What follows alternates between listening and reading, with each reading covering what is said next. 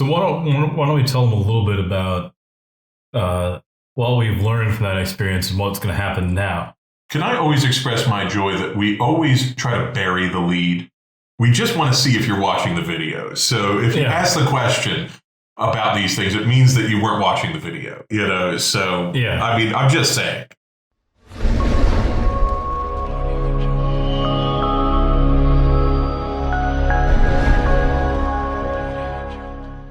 Happy Easter. Welcome back to Closing the Social Distance.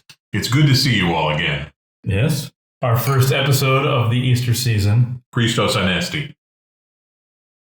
Alithos Anesti. Very nice. The Greek Paschal greeting. It has been a long and beautiful week. You will notice, of course, that we went on a hiatus for a few days of Closing the Social Distance in order to be able to focus on live streaming the Triduum liturgies. Yeah. That was a little intense. It was quite a bit of work, and then I remember. So this was always the painful part for me, right? Because I was resistant to the live streaming. I was like, well, it's really hard to get the audio right on a live stream, and everyone's like, oh no, you can do live stream. You can just do it with a cell phone. It's no big deal. And then when we do live stream, and people are like, the audio is not that great. It's like.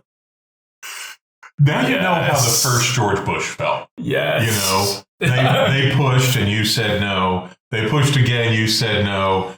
They pushed a third time and you said, read my lips, no more live streaming. Yeah. And it turned out they had to read your lips to understand the audio. But I actually think it worked out great, truth be told. I was a live stream skeptic.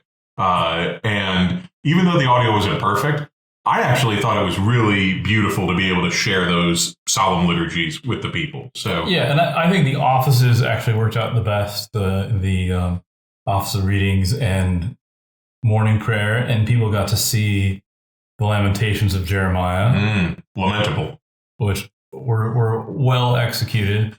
Wild ostriches, like all sorts of interesting stuff in Jeremiah. And then I was over the moon impressed with Brother Micah and the prayer Wasn't that of Jeremiah. Insane? So if that was awesome. If you have not seen the Office of Readings for Holy Saturday, it is the whole office is outstanding. Like it's one of those profound moments. Everyone likes to quote the reading from the Office of Readings. Then it's something strange is happening. It's happening it's the harrowing of hell, right? Christ. Yeah, it's that moment in the church where there's a stillness of Holy Saturday, and I think the Office really captures that. But then there are just these moments that I think really were beautiful, like the Lamentations of Jeremiah, sung by some able cantor.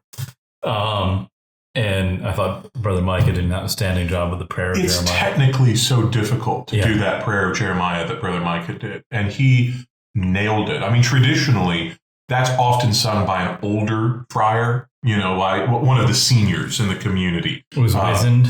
Yeah, because, when you listen to it, it definitely has, that resonance to it. But it's a totally unique chant in the sense that I don't think typically with the chant, there's some other thing that you're familiar with that you can use to kind of cheat, or at least to know, like, okay, let's come back to Mama, come back to this, and tone. They follow these sort of regular patterns. Yes.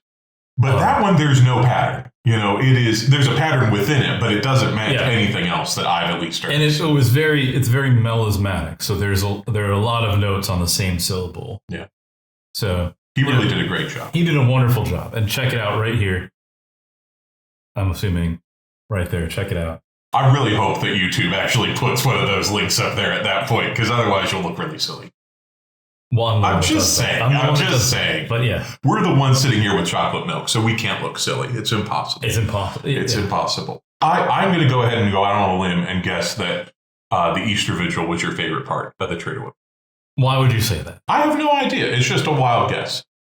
No matter how dashing and debonair the celebrant on Holy Thursday was, I just have a feeling like Easter Vigil was even more special for it. It was. So it's when you're the low man on the totem pole like we are, you never expect to get to do the Easter Vigil. Yeah. And then there's just this series of events that have now led to me doing it twice. Yeah. And I mean, there's a sort of like bittersweet of that, a certain like weirdness. It's kind of like, you're in your dad's clothes sort of thing. It's like, well, this is not so, this is supposed to be for a wizened old priest who's doing this, not for me. Well, knee replacements wait for no man. So, there you go. Yeah. But no, last year you did a beautiful job. And this year it was so strange, of course, because we didn't have the catechumens and the canons. We didn't have the big crowd in the church. But it was even more haunting in a certain sense because of that. The darkness and light, the various collects and readings, like it felt very intimate at the same time as it was epic, to use the theme from your homily that evening. Epic, utterly epic. Precisely. Yeah.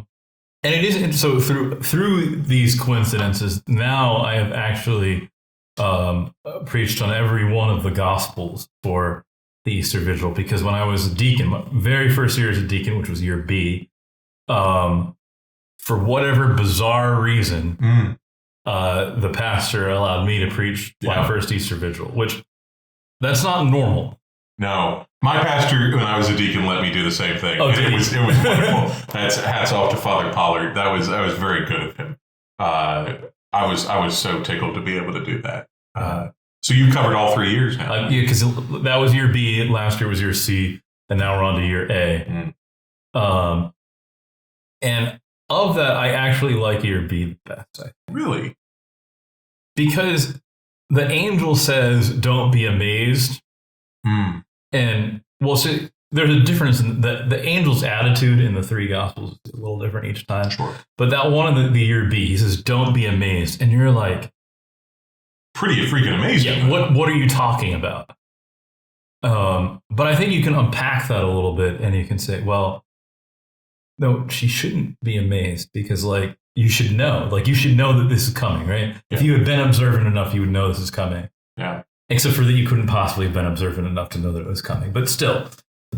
No, that makes a lot of sense. I mean, there's so many things about these liturgies.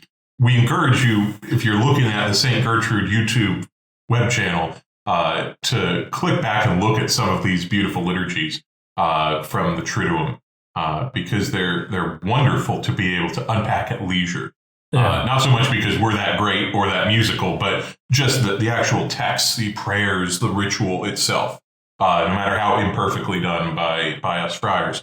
But I think that you could unpack so many parts of it, whether it's the kind of sublime but also stripped down beauty of Holy Thursday, whether it's the fact that as friars, tradition dictates that we chant the office in a subdued tone on Good Friday and Holy Saturday, which is really striking. There's this kind of liturgical depth that the church goes through. I think one of the most interesting things is that, if you think of the initial sign of the cross as beginning a liturgy, and the final blessing is ending the liturgy, we actually get that initial sign of the cross on Thursday, and the final blessing on Saturday. It's one continuous kind of liturgy. We never began morning prayer or evening prayer, and we don't end it.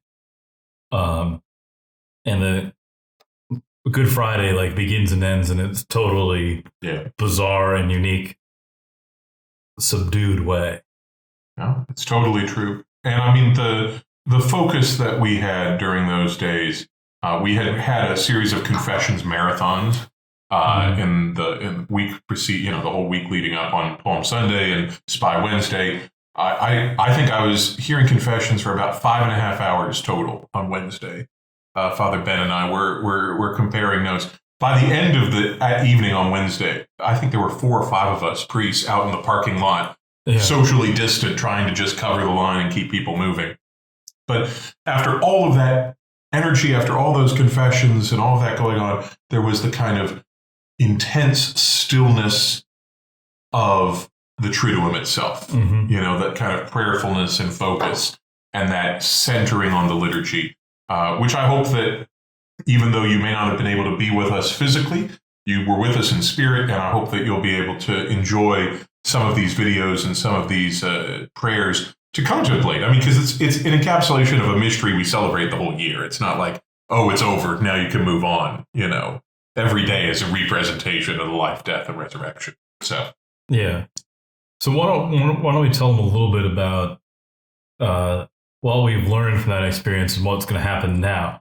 Can I always express my joy that we always try to bury the lead? We just want to see if you're watching the videos. So if you ask the question about these things, it means that you weren't watching the video, So, I mean, I'm just saying. But yes, so we've heard from you all, and we have been trying to offer all the different things that we've been asked for. It's hard to strike the right balance.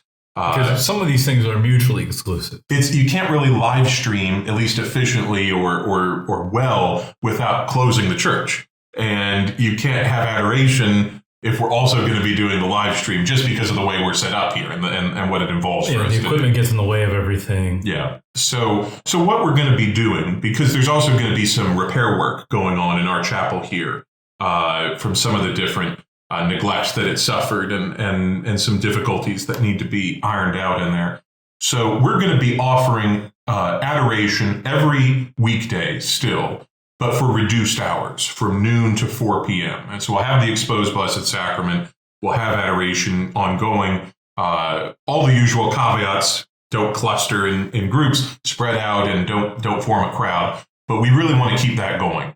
And we're going to keep confessions every single day as well. Or tweaking the time a little bit. Just a little bit, just to throw you off, just to test you. Yeah. So we found that the 11 o'clock wasn't quite as popular, and it made some people uncomfortable because the office was still operating. And what we discovered on that Wednesday when we were there, like 5 of us hearing confessions at 7 o'clock, is that you all want to come to confession in the evening. Yes. So we're going to have confessions every day, Sunday to Sunday, each day of the week at 4 p.m. and then at 7:30 p.m. And the priest will come out and he'll stay there as long as there are penitents. And so, try not to, again, don't cluster. We'll be hearing confessions in the outdoor confessional window area over by the school and parish offices. And so we'll have the cones set up and the little waiting area. So all the usual social distancing. And again, if you notice a big crowd, we'll be there the next day. So consider coming back at the next day. And then the last element is we're not going to have the church open on the weekends.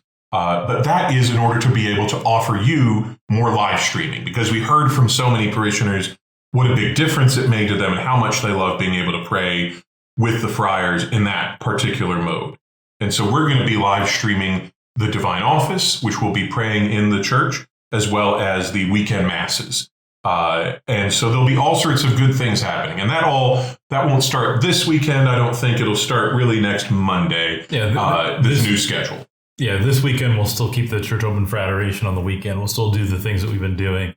And Sunday, of course, Low Sunday, Divine Mercy Sunday is our confessions every hour on the hour. Yes, from 12 to 8. From 12 to 8. So we'll be working hard still, and we'll keep up with all these different things. But we've written all this up, so it'll be posted on the website, and we'll email everyone as well. But we wanted you all to know, and we hope that this strikes the right balance and helps us offer all the different things that you're asking for. And there'll be a link down below. Somewhere over there. I don't know. No, it's just all the way below. Just all the way below. Okay. Yeah. It feels like some kind of electric dance move or something, like up there and then down there. There's only 2 places where things could be, there or there. What about there? In any event, we have missed you all, and we have been bringing you with us to the altar in prayer each day during these high holy days. Hope you had a beautiful Easter and that you're praying for us too. Keep in touch with us by making sure to check out stgertrude.org for all the latest news. Make sure you're getting our flock note emails, and let us know if there's anything we can do for you. And remember, we'll look forward to talking with you soon enough. But until then, let's keep praying for each other. God bless you, and a very happy Easter week.